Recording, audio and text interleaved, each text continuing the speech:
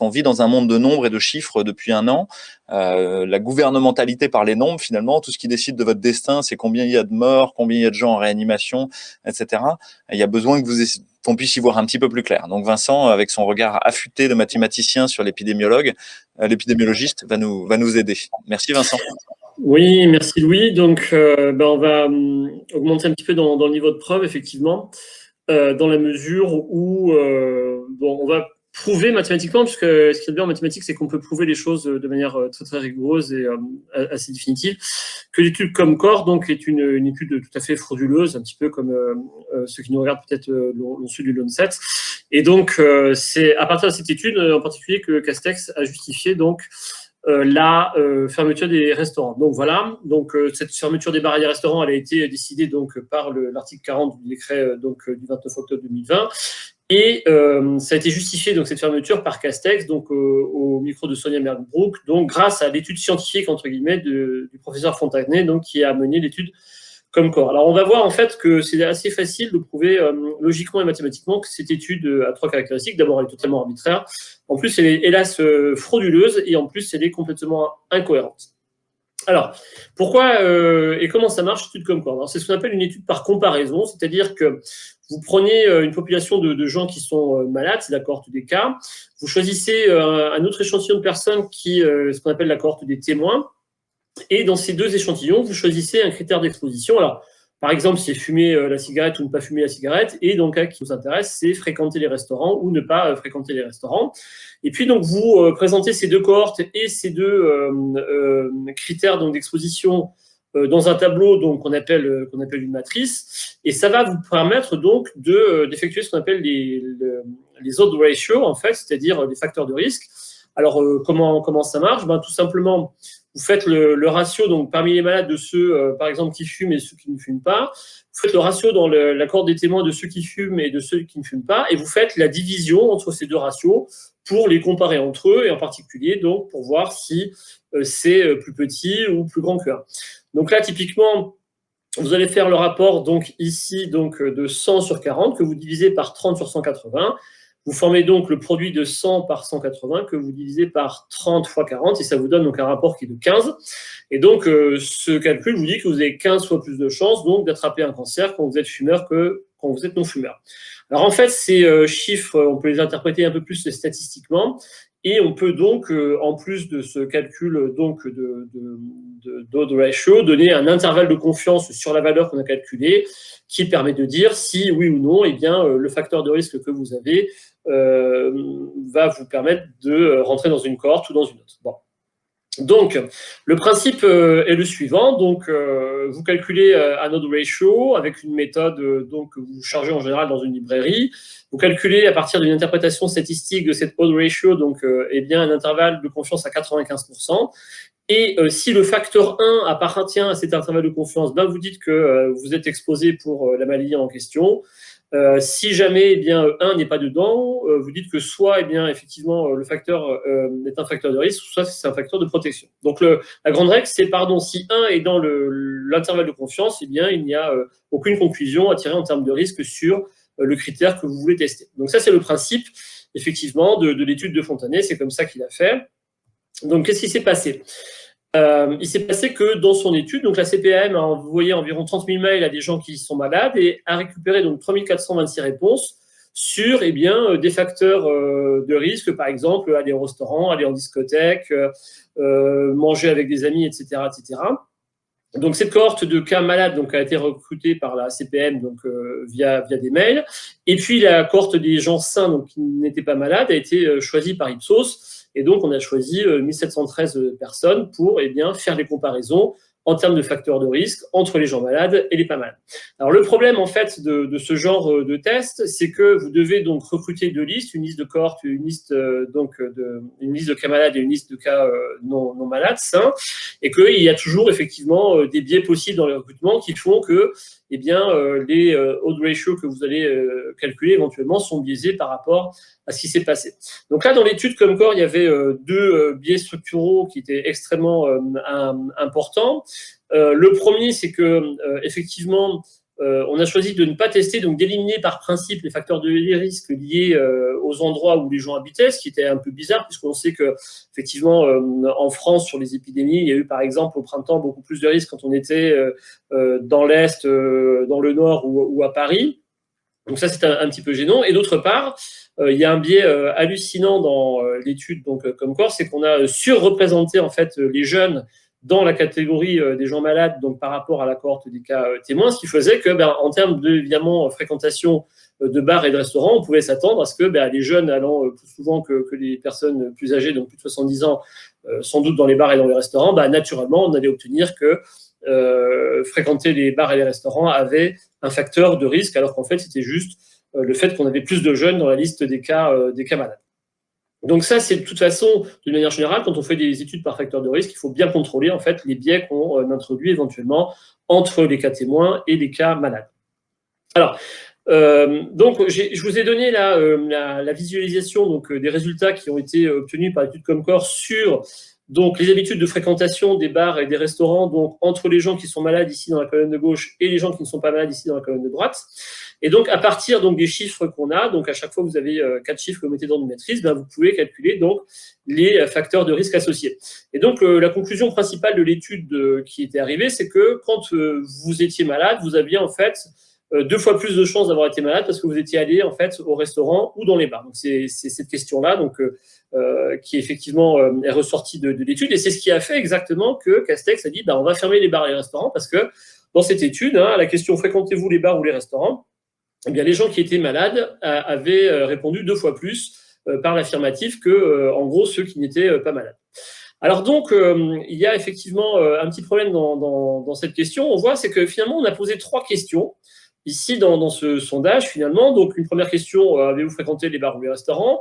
Deuxième question, avez-vous fréquenté des bars? Et troisième question, avez-vous fréquenté des restaurants?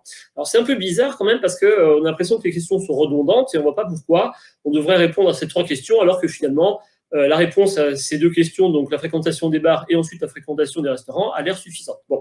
Donc en fait, il y a des questions redondantes et on va voir que c'est un petit peu gênant parce que ça introduit en particulier de l'incohérence. Et l'autre chose qui est extrêmement bizarre dans cette étude, c'est qu'on voit qu'il y a des données manquantes ici sur ces questions. Avez-vous fréquenté des bars et avez-vous fréquenté des restaurants? Alors c'est très bizarre parce qu'on ne voit pas pourquoi les gens qui auraient répondu en particulier à la première question, donc celle de la fréquentation des bars ou des restaurants, ne répondraient pas ensuite à la fréquentation des bars, puis à la fréquentation des restaurants. Donc en fait, c'est extrêmement bizarre. Et on va voir en fait que ces données manquantes ont été introduites de manière artificielle, donc aucun doute là-dessus, et c'est ce qu'on va effectivement démontrer. Alors pourquoi? D'abord, en fait, il est tout à fait logique de penser que la question « avez-vous fréquenté des bars ou des restaurants » n'a pas pu être posée. Pourquoi? Tout simplement parce que le sens du mot « ou » est assez ambigu quand on le pose en langage naturel. Alors, est-ce que c'est un « ou » exclusif ou un « ou » inclusif? Exemple, quand vous êtes au restaurant et qu'on vous dit fromage ou dessert, c'est évidemment l'un ou l'autre, mais pas les deux en même temps. Maintenant, si on vous pose la question aimez-vous les fromages ou les desserts, eh bien le ou peut être inclusif, sachant que vous pouvez aimer le fromage, le dessert et les deux en même temps. Donc en fait, en général, quand on fait des sondages, on évite de poser ce genre de connecteur dans les questions parce que évidemment, c'est complètement sémantiquement ambigu et donc il y a des gens qui peuvent comprendre ces questions-là de manière différente et donc la question n'a pas d'intérêt. La deuxième remarque, c'est que cette question, donc, avez-vous fréquenté des bars ou des restaurants, en fait, vous pouvez la reconstruire de manière tout à fait facile. Si vous avez répondu à la question Q2, donc avez-vous fréquenté des bars? Si ensuite vous avez répondu à la question Q3, avez-vous fréquenté des restaurants? Eh bien, vous pouvez de manière extrêmement simple reconstruire la réponse à la question avez-vous fréquenté des bars ou des restaurants? Et donc, du coup, ce qui fait qu'en pratique, on n'a pas à poser la question Q1, mais on pose uniquement la question Q2. Donc, en fait, ce qui se passe, c'est qu'en logique, normalement, on ne peut pas avoir posé la question Q1, on doit l'avoir reconstruite effectivement à partir des connaissances des réponses Q2 et Q3, sauf que dans ce cas-là, eh bien, il ne peut pas y avoir de données manquantes ici à la question Q2 et à la question Q3, sinon on ne peut pas reconstruire la question Q1. Donc du coup, on est obligé de revenir à l'hypothèse que la question Q1 a effectivement été posée, en plus des questions Q2 et Q3. Mais alors là, ça ne va pas non plus. Parce qu'en fait, d'abord, la question Q1 elle est plus compliquée que les 2 autres. On ne voit pas pourquoi donc, des personnes qui sauraient répondre à la première question ne sauraient pas répondre aux 2 autres. Et si l'on suppose, par exemple, que la question Q2 et Q3 n'ont pas été répondues parce que les gens ont déjà répondu à la question Q1 et qu'ils ne voient pas très bien pourquoi ensuite ils devraient répondre aux questions Q2 et Q3, autrement dit, il y aurait une confusion dans le questionnaire parce que l'enchaînement des questions a l'air redondant et que les gens n'ont pas envie de répondre. Oui, mais dans ce cas-là, on ne comprend pas pourquoi tous ceux de la cohorte témoin ont répondu exactement aux questions, alors que ceux qui étaient donc dans la cohorte des cas n'ont pas répondu. Et donc la probabilité qu'une telle chose arrive, elle est à peu près de l'ordre de 2 tiers à la puissance de 132, c'est-à-dire que c'est totalement impossible. Donc même si on suppose qu'on a posé la question Q1 en plus des questions Q2 et Q3, eh bien on voit que statistiquement, le taux de non-réponse qui est donné donc dans les deux cohortes fait que, eh bien, statistiquement, un tel événement, c'est tout à fait impossible. Donc en fait, le taux de non-réponse, il a été effectivement introduit de manière complètement artificielle. C'est pas possible que ça ait pu être quelque chose d'honnête. Soit qu'on a reconstruit la question Q1 à partir de Q2 et Q3, soit qu'on a effectivement posé la question Q1 en plus de la question Q2 ou Q3. Il y a des choses qui sont rigoureusement impossibles du point de vue mathématique. Alors pourquoi en fait on a tenté manifestement d'introduire des non-réponses de manière artificielle? À quoi ça sert? Eh bien, vous allez voir, ça sert à essayer de cacher l'incohérence majeure qu'il y avait dans l'étude et qui était en fait la suivante. Alors, si vous avez de manière honnête la réponse à vos questions, j'ai fréquenté les bars ou les restaurants, j'ai fréquenté les bars, j'ai fréquenté les restaurants, vous pouvez reconstruire de manière tout à fait mathématique et logique la réponse à la question, avez-vous fréquenté les bars et les restaurants? En effet, pour cela, il suffit juste d'utiliser la formule qu'on appelle le cardinal, qui dit que le cardinal de la réunion, c'est la somme des cardinaux moins le cardinal de l'intersection. Ou, dit autrement, le cardinal de l'intersection, c'est la somme des cardinaux moins le cardinal de la réunion, avec A, donc c'est l'ensemble des personnes qui fréquentent les bars, B, l'ensemble des personnes qui fréquentent les restaurants, A union B, celles qui fréquentent les bars ou les restaurants, A inter B, celles qui fréquentent les bars et les restaurants. Et donc, l'idée de reconstruire ce truc-là à partir des questions Q1 et Q3, c'est de, du coup, tester le facteur de risque associé à la question « Avez-vous fréquenté les bars et les restaurants ?» Alors, en fait, on va voir que ce qui nous empêche de reconstruire a priori eh bien, le cardinal de l'intersection, c'est ces données manquantes ici qui nous empêchent de faire proprement le calcul donc, de la formule du cardinal. Alors en fait, comme je vous l'ai dit tout à l'heure, il est impossible que des gens qui aient répondu à la question ici Q1 n'aient pas répondu effectivement à la question Q2 et à la question Q3. Et donc ce qu'on peut faire mathématiquement, c'est réaffecter ces non-réponses sur le oui et sur le non. Pareil ici sur le oui et sur le non, de sorte qu'on ne change pas, quand on va réaffecter une nouvelle réponse, eh bien, les proportions aux réponses oui-non qui ont été données. Alors si vous faites ce petit exercice, en fait, eh bien, donc comme je le présente ici, eh bien, vous obtenez que vous reconstruisez donc maintenant honnêtement les questions Q2 et Q3, donc en éliminant les données manquantes qui de toute façon ne peuvent pas avoir existé, en réattribuant, donc comme je vous l'ai dit, en conservant une proportion de oui et de non, eh bien, vous voyez que sur la question Q2, vous rajoutez 16 personnes qui ont répondu oui donc à la question Q2 et 216 personnes qui ont répondu non à la question Q2. Et pour effectivement la question Q3, vous rajoutez donc exactement 178 réponses à la question non et donc 54 à la réponse oui. Et donc ce faisant, maintenant, comme vous avez pour chaque cohorte eh bien, les réponses oui-non aux questions Q1, Q2, Q3, vous pouvez maintenant reconstruire facilement eh bien, la question effectivement Q4, avez-vous fréquenté les bars et les restaurants, et vous obtenez donc cette répartition. Et cette répartition, donc maintenant, vous pouvez lui calculer un petit odd ratio donc à 95%, et qu'est-ce que vous voyez? Vous voyez que le nombre 1 est dans l'intervalle de confiance à 95% donc, de ce facteur de risque, ce qui veut dire donc tout simplement qu'il n'y a aucun risque d'après l'étude Comscore, eh bien, de fréquenter les bars et les restaurants. Alors ça, évidemment, c'est impossible, parce que si effectivement vous pensez qu'il y a des risques de fréquenter les bars ou les restaurants, alors il devrait y avoir encore plus de risques de fréquenter les bars et les restaurants. Hélas, le calcul mathématique montre que ce n'est pas le cas. Et donc, ce qui empêche, en fait, dans cette étude de reconstruire exactement, avec aucune incertitude, eh bien, le facteur de risque associé à la question des bars et des restaurants, c'est justement ces fameux 232 non-réponses donc aux questions Q2 et Q3 dans la cohorte des cas.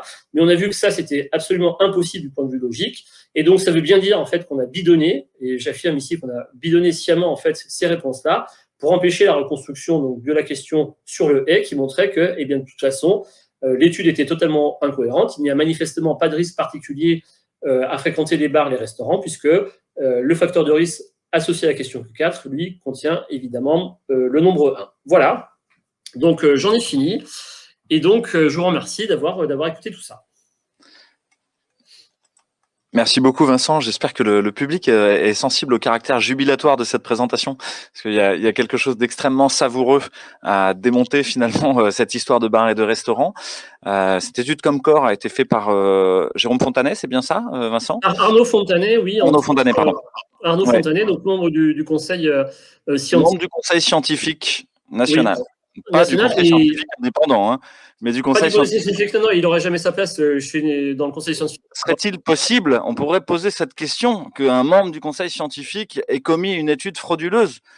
Je vous laisse la question en suspens et je laisse les gens re-regarder cette présentation fascinante que tu nous as fait, parce que vraiment, je crois qu'il faut la goûter dans toute sa saveur, surtout les restaurateurs et les tenanciers de bars qui pourront la méditer longuement sur à quoi tiennent nos libertés. Le diable est dans les détails, hein.